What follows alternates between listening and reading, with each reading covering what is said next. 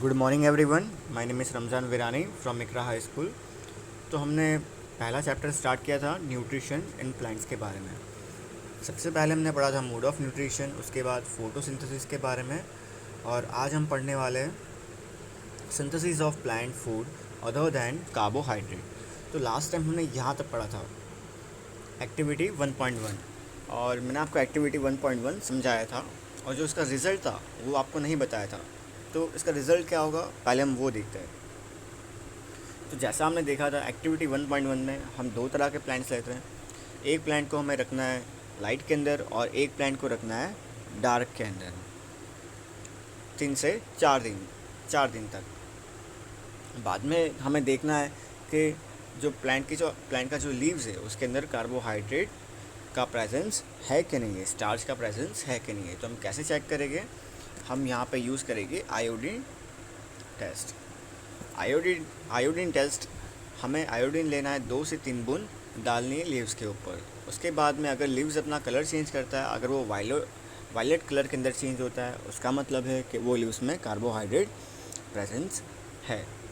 अगर वो leaves violet colour में चेंज नहीं कर रहा है, उसका मतलब है कि वो लीव्स के अंदर कार्बोहाइड्रेट का प्रेजेंस नहीं है, मतलब वो सनलाइट के बिना अपना खाना नहीं बना पाया।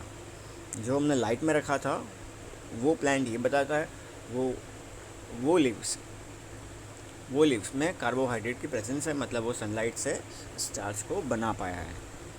राइट। तो आज हम पढ़ने वाले आगे के टॉपिक्स के बारे में। The leaves other than green, यहाँ से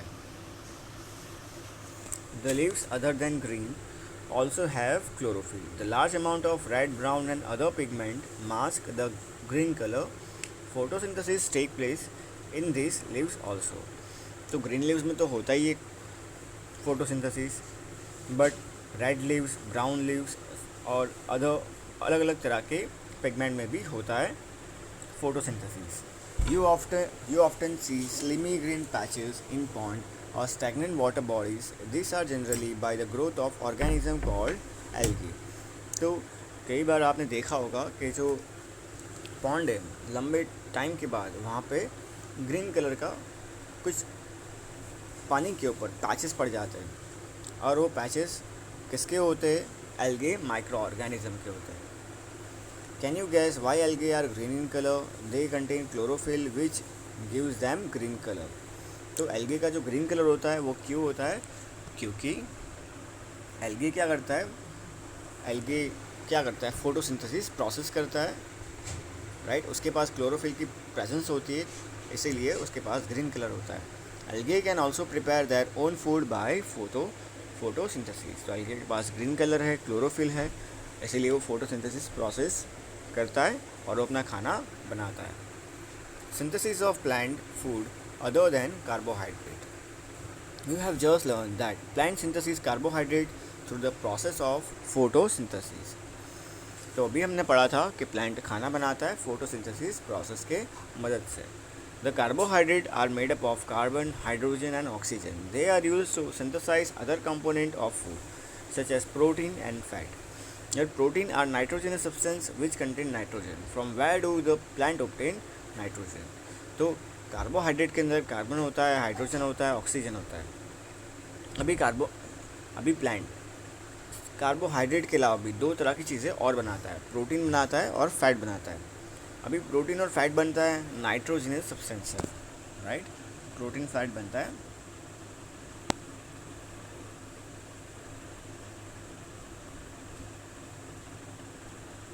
नाइट्रोजनस सब्सटेंस है, और ये नाइट्रोजनस सब्सटेंस किससे बनता है? नाइट्रोजन से बनता है।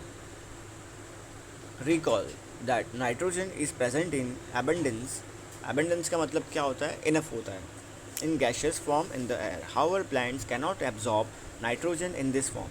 Soil has certain bacteria that convert gaseous nitrogen into usable form and release it into the soil. These are absorbed by the plants along with water. Also, you might have seen farmers adding fertilizer rich in nitrogen to the soil. In this way, the plants fulfill the requirement of nitrogen along with the other component. Plant can then synthesise protein and vitamin. तो जो plant अभी nitrogen की presence है वो gaseous form के अंदर है। अब वैसा तो होगा नहीं कि प्लांट डायरेक्टली एब्जॉर्व कर देगा नाइट्रोजन थ्रू एयर। तो नाइट्रोजन किस तरह से वो एब्जॉर्व करता है? प्लांट के पास माइक्रो ऑर्गेनिज्म होते हैं रूट्स में, और वहाँ पे क्या होता है, नाइट्रोजन कन्वर्ट होता है नाइट्रेट और नाइट्राइट्स में, और बाद में प्लांट एब्जॉर्व करता है नाइट्रोजन को in the form of nitrate और नाइट्राइट्स, और बाद में वो सिंथेसाइज करता है प्रोटीन और विटामिन को। Other mode of nutrition in plants. There are some plants which do not have chlorophyll. They cannot synthesize food. तो कुछ प्लांट के पास क्लोरोफिल नहीं होता है, और जिसके पास क्लोरोफिल नहीं होता है वो फोटोसिंथेसिस से अपना खाना नहीं बनाता है। How do they survive and form?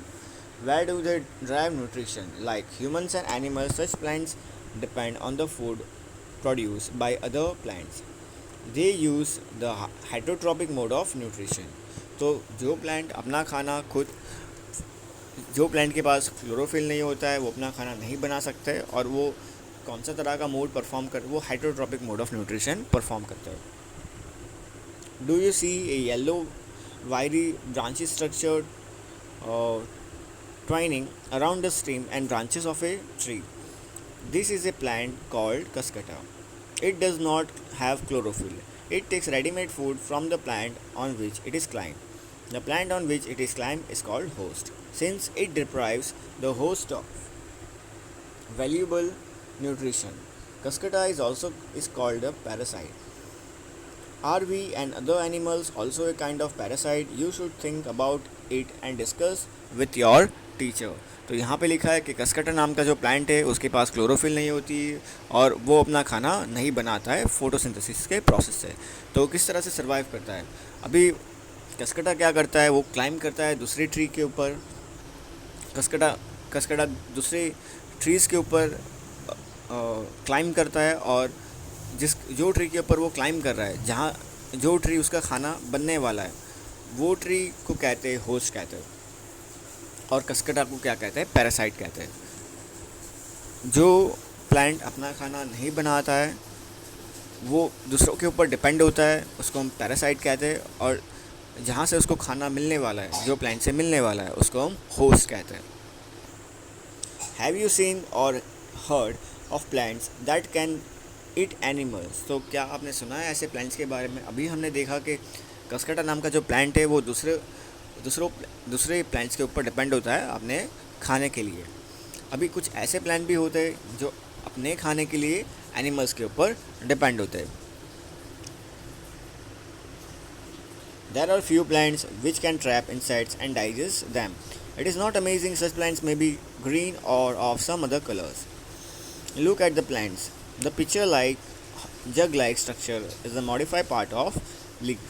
The pecks of the leaf form a lead which can open and close the mouth of the pitcher.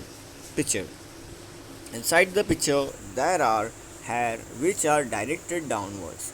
When an insect lands in the pitcher, the lid closes and the trapped insect gets entangled into the hair. The lid closes and the insect is trapped. The insect is digested by the digestive juices secreted in the pitcher, and its nutrients are absorbed. Such insect-eating plants are called insectivorous plants. Is it possible that such plants do not get all the requirement nutrition from the soil in which they grow? तो ये para में लिखा है ऐसे कुछ plants होते हैं जिसके पास क्लोरोफिल नहीं होता है, वो दूसरों के ऊपर डिपेंड होता है। ऐसा ही यहाँ पे एक एग्जांपल दिया हुआ है। ये प्लांट का नाम है pitcher plant. Pitcher plant insectivorous plant है। इंसेक्टिवरस प्लांट का मतलब क्या होता है? इंसेक्टिवरस प्लांट का मतलब होता है कि ये प्लांट इंसेक्ट्स के ऊपर अपने सर्वाइवल के प्रोसेस में डिपेंड होता है। अपने न्यूट्रिशन को फुलफ़िल करने के लिए वो इंसेक्ट्स को खाते हैं। अभी जो पिचर प्लांट है, जो ऊपर जो दिया हुआ है वो क्या दिया हुआ है? लीड दिया हुआ है। लीड ओपन रहती है, जैसे इंसेक्ट्स पास आए तो वैसे लीड वो ये प्लांट क्लोज कर डालता है, राइट। अभी आगे हम पढ़ने वाले सेप्रोट्रॉप्स के बारे में। अच्छा, ये आगे के लेक्चर में हम पढ़ेंगे सेप्रोट्रॉप्स के बारे में। राइट।